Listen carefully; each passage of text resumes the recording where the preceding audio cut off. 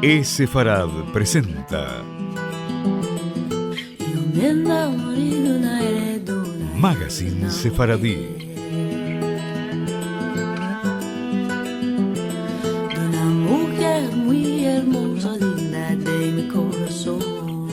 Una producción de Radio High y Radio Sefarad.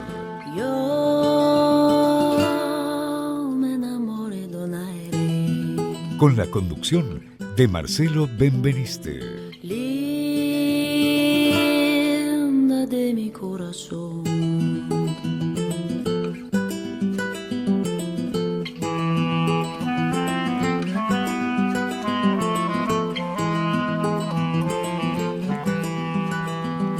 Hola amigos, bienvenidos a una nueva emisión de Sefarad Magazine Sefaradí.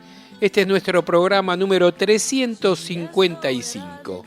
Y la semana pasada leíamos la primera parte, lo que era la primera parte del gran trabajo de Felisa Bermejo, publicado por el CISI, el Centro Interstrutture di Servizi Informatici e Telematici per la Facoltà Umanistiche Università degli Studi di Torino.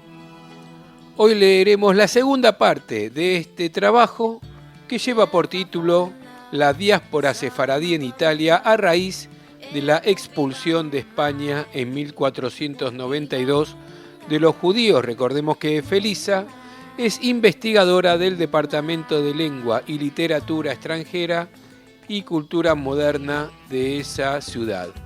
Si alguno no ha escuchado la primera parte y quiere hacerlo, puede encontrar el programa anterior, el número 354, en el archivo de todos los programas que figuran en radiosefarad.com. Eso, como este programa 354, el actual 355 y todos los anteriores están en el archivo de radiosefarad.com. Así que vamos a escuchar esta segunda parte del trabajo de Felisa Bermejo, La diáspora sefaradí en Italia a raíz de la expulsión de España en 1492 de los judíos.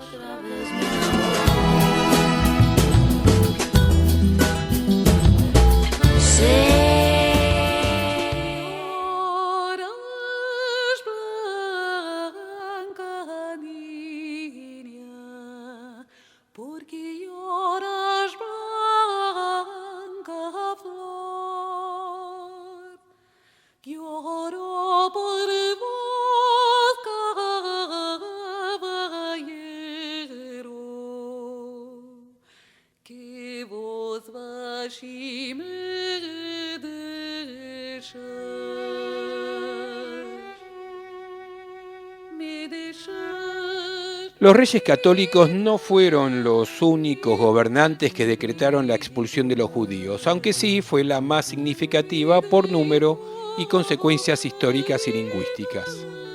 Ya había habido expulsiones en Francia y en Inglaterra, y las habrá también a lo largo de todo el siglo XVI en las tierras del Sacro Imperio.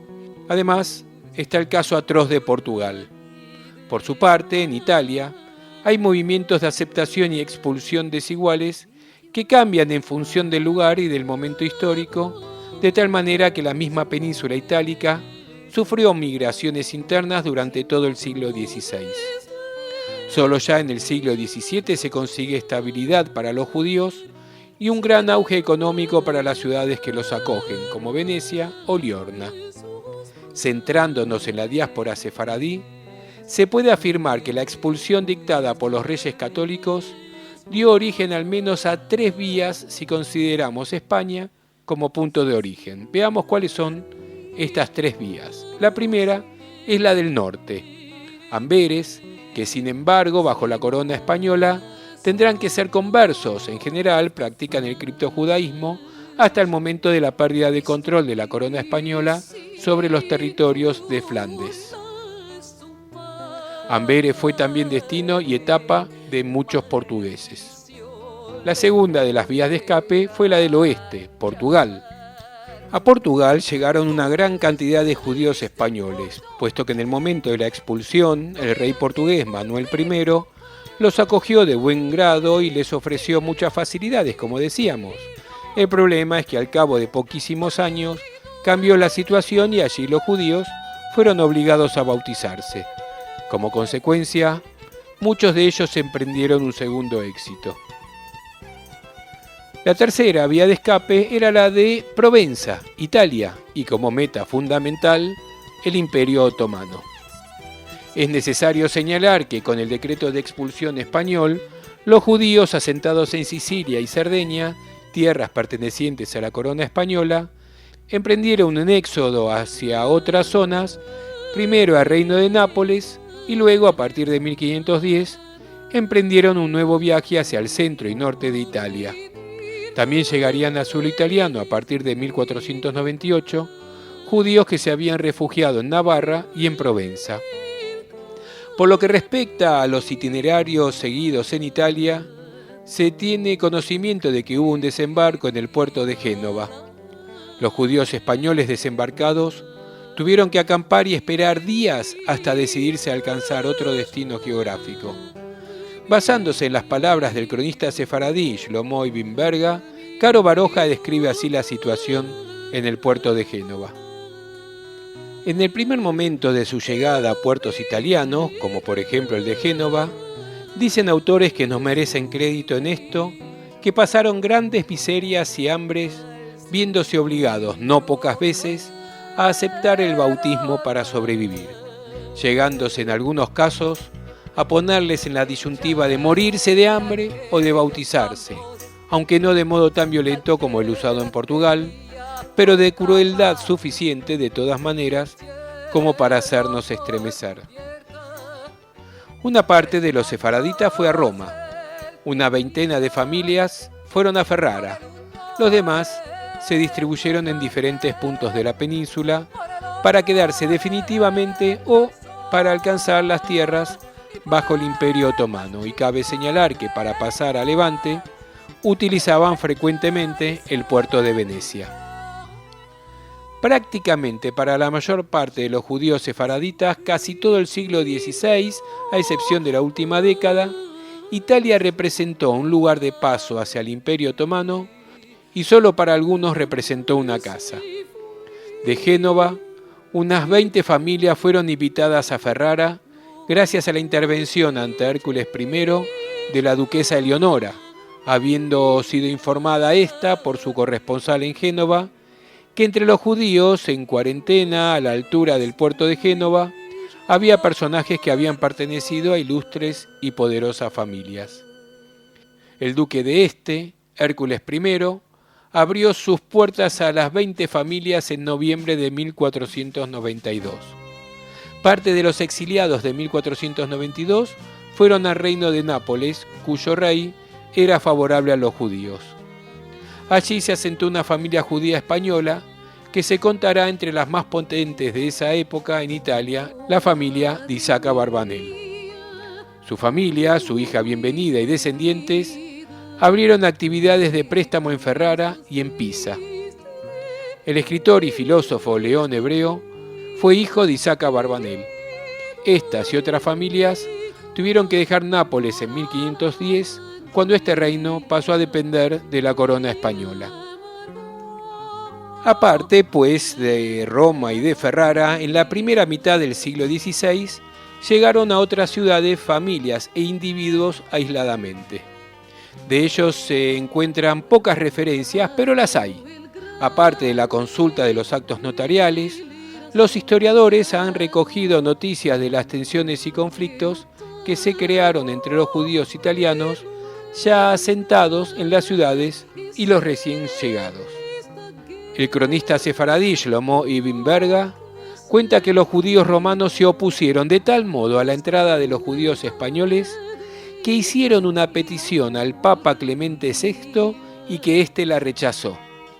De todas formas, tuvieron que estar acampados en la vía Apia, extramuros, una buena temporada hasta poder instalarse en la barriada ocupada por los judíos. En Ferrara, las presiones de los judíos de la ciudad hicieron que en las cartas de privilegios del duque de se impidiera a los sefaraditas desempeñar el préstamo con usura, actividad, por tanto, exclusiva de los judíos, digamos, italianos. El período histórico objeto de análisis es el que abarca la última década del siglo XV y la totalidad de los siglos XVI y XVII. En este arco temporal, los judíos son expulsados de distintos estados europeos, siendo la expulsión de España de 1492 la más significativa. A raíz de dichas expulsiones, se producen desplazamientos hacia nuevos destinos, entre los que se cuenta Italia. Si se observa el proceder de los recién llegados y de los gobernantes de las zonas de acogida, la llegada de los sefaradíes a Italia presenta características distintas que se corresponden con dos etapas bien diferenciadas. Con respecto a los judíos españoles específicamente, es importante distinguir entonces dos períodos. El primero abarcaría desde la expulsión de 1492 y hasta el último tercio del siglo XVI, o si se quiere, hasta el año 1570, que corresponde a la victoria de Lepanto que se produjo en 1571. El segundo de estos periodos, desde esta fecha hasta finales del siglo XVII. Durante el primer período, dijimos 1492-1570, Italia ve llegar a los sefaraditas expulsados de España, a la vez que a los judíos de Cerdeña y Sicilia, ya que al ser estos territorios de dominio español, tienen que dejar sus islas y pasar a la península italiana. Luego llegan los que se habían refugiado en Navarra, 1498, y en la Provenza, 1501. En este periodo buena parte se instala en Nápoles, reino que tendrán que abandonar a partir de 1510, tras su conquista por Fernando el Católico y sobre todo a partir de 1541 debido a la expulsión definitiva dictada por Carlos V. Entre los que se refugiaron en Nápoles destaca don Isaac Abarbanel, uno de los personajes más ilustres de la época y cuya familia, como hemos indicado, llegará a alcanzar gran relevancia en Italia. Por otra parte, en Roma se instala una comunidad muy importante, la más numerosa y significativa de este primer periodo, en la que se destacan las escuelas catalano-aragonesas y castellanas. En Ferrara son acogidas unas 20 familias por voluntad del duque de Este. En las demás ciudades del centro y norte de Italia se reparten familias e individuos y encontramos testimonios de profesionales, pero solo a título individual. La mayoría de los sefaradíes no se asentaron en tierras italianas, sino que esta península les sirvió de paso para alcanzar las costas de los Balcanes, Grecia y Turquía, entonces zonas pertenecientes al Imperio Otomano. Constantinopla y Salónica son dos de esas ciudades que conocieron comunidades importantes de judíos sefaraditas. Paralelamente, a partir sobre todo de 1536, la Inquisición en Portugal es operativa a partir de este año, llegaron oleadas de portugueses que eran conversos, aunque por obligación. Al igual que los españoles, muchos siguieron hasta Turquía, pero otros se afincaron definitivamente en Italia. Así, por ejemplo, la ciudad de Ancona, perteneciente al Estado Pontificio y puerto fundamental en el comercio con el Mediterráneo oriental, acogió a una fuerte comunidad de conversos portugueses, aunque solo durante unos pocos años.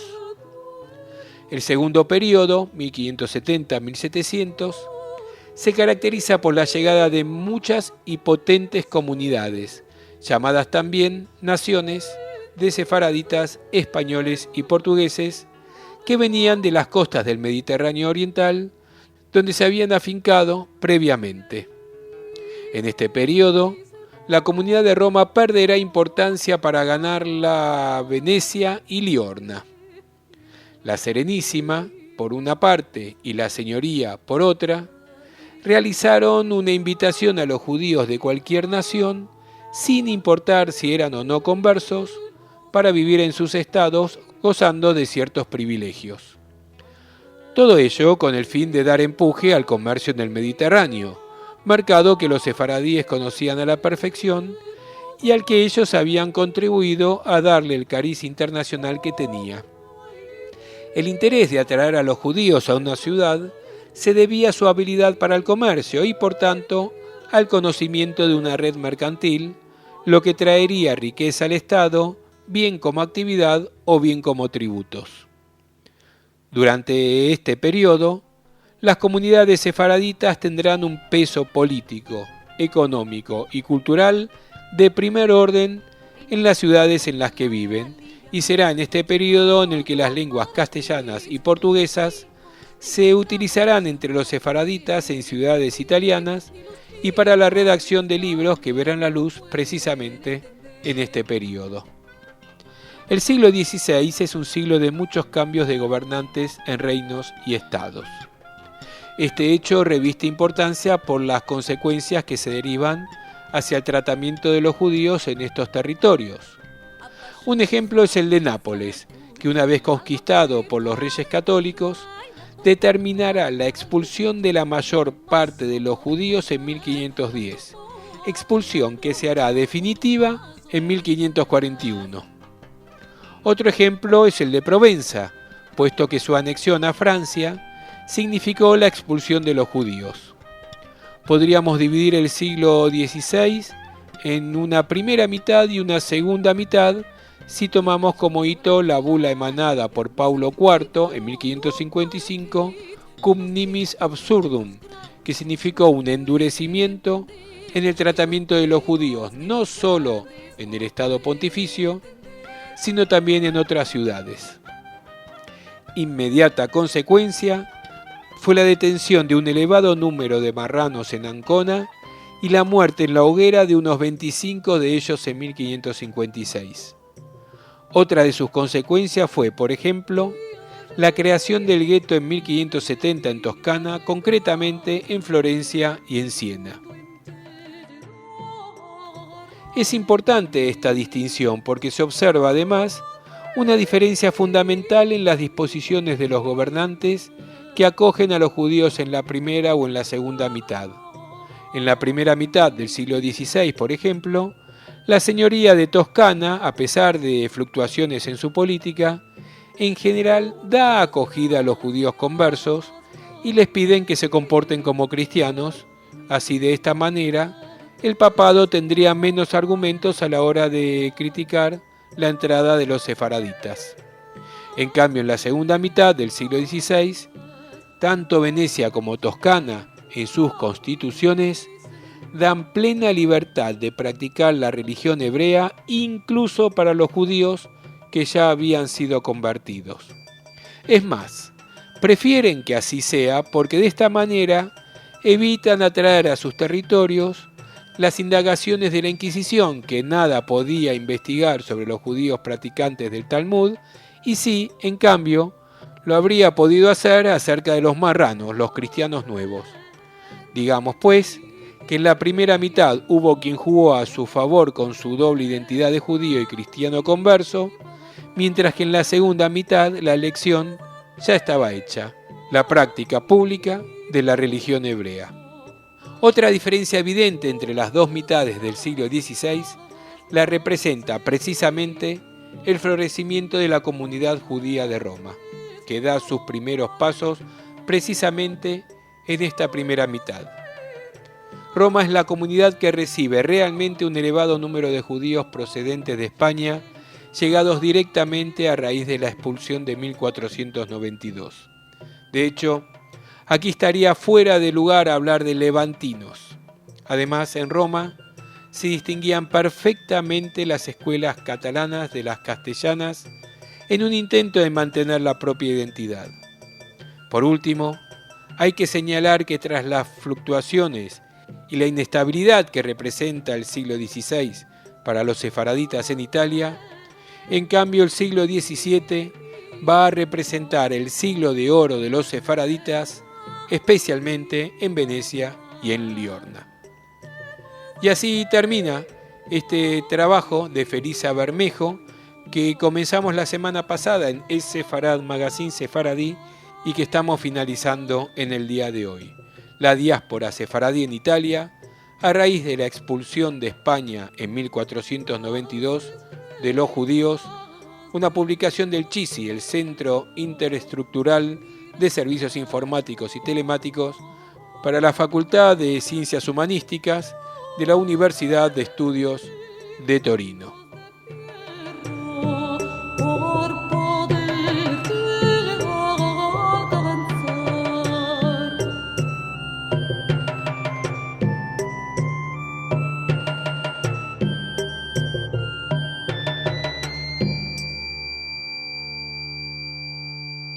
Yéndome para la guerra.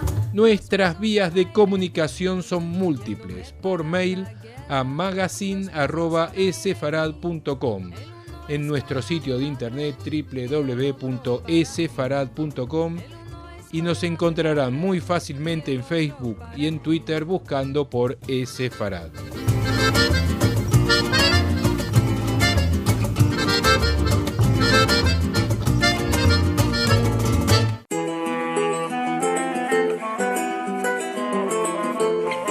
Agenda Sefaradí.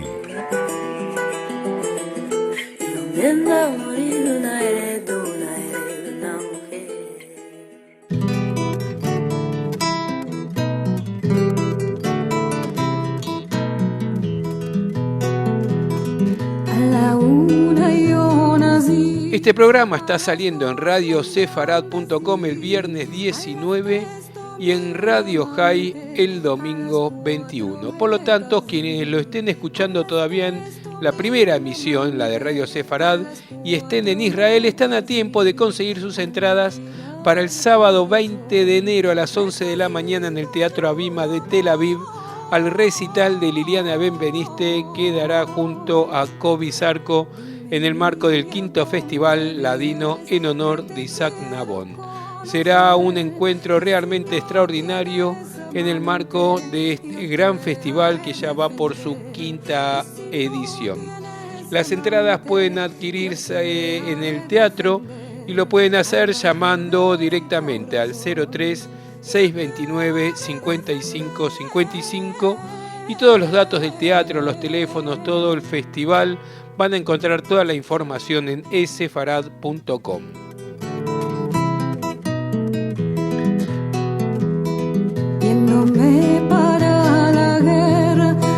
También para quienes estén a tiempo, el domingo 21 estaremos en Habladino, el grupo de encuentro que ya está cursando su 4º año hablando en judeo-español. Lo hace cada 15 días, cada 2 domingos se encuentra Habladino en Jerusalén.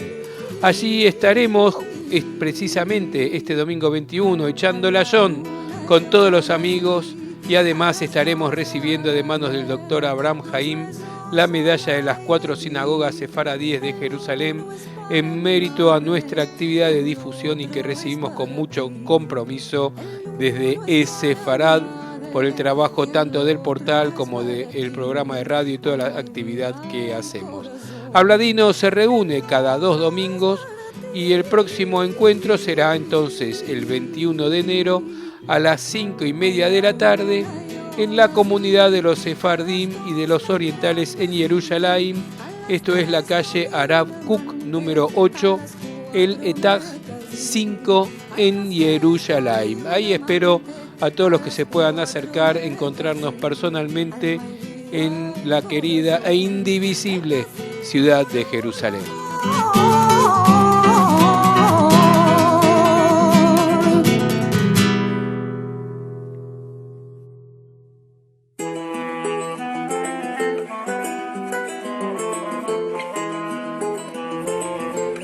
Música.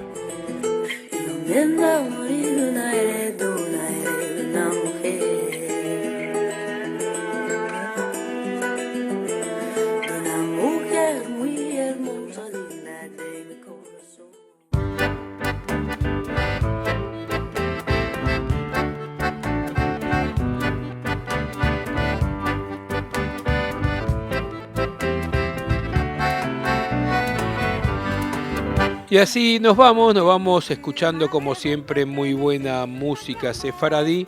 Hoy en honor a este concierto que vamos a estar en Israel lo hacemos con Liliana Benveniste y con uno de los tangos en ladino que seguramente estará presentando en el concierto del Teatro Abima del sábado 20. Yo soy Marcelo Benveniste y los espero una vez más dentro de 7 días en nuestro próximo Sefarad Magazine Sefaradí de la semana que viene, como siempre a lo largo de todo el día viernes en radiosefarad.com. Y luego también pueden escuchar la repetición del programa los domingos a las 3 de la tarde, hora argentina, por Radio High, la radio judía de Latinoamérica, en su portal de radiohigh.com.ar, y para los que están en Buenos Aires también lo pueden escuchar por aire a través de la frecuencia modulada de 96.3 MHz. Como siempre los esperamos en nuestro portal sefarad.com y en todas las redes sociales. Los espero la semana que viene, que vamos a estar ya directamente transmitiendo desde Israel y luego desde Miami, que estaremos presentes también en el encuentro de la Federación Sefaradí Latinoamericana, encontrándonos con todos los dirigentes de América Latina, compartiendo las experiencias y programando nuestra actividad para todo lo que se viene.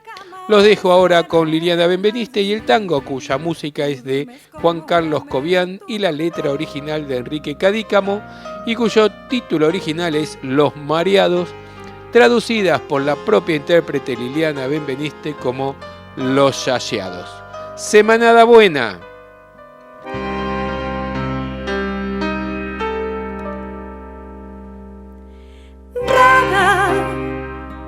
Como encendida, Topi bebiendo por su mazal. Bebía y al menear del raquí,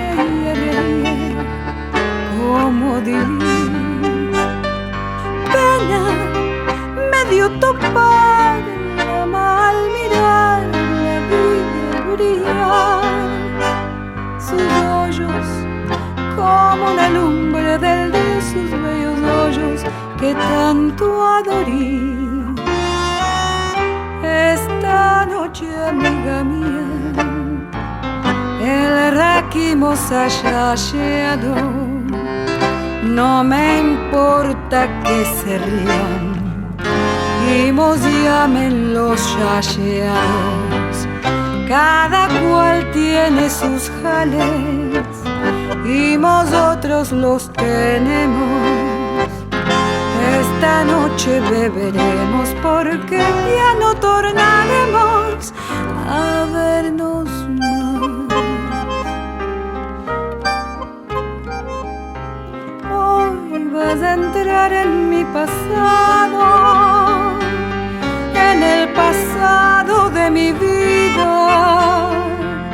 3 cosas lleva el alma herida: amor, verte, dolor. Hoy vas a entrar en mi pasado, hoy otra calle tomaremos. Qué grande ha sido nuestro amor, Magoray, mira cuán lo quedó.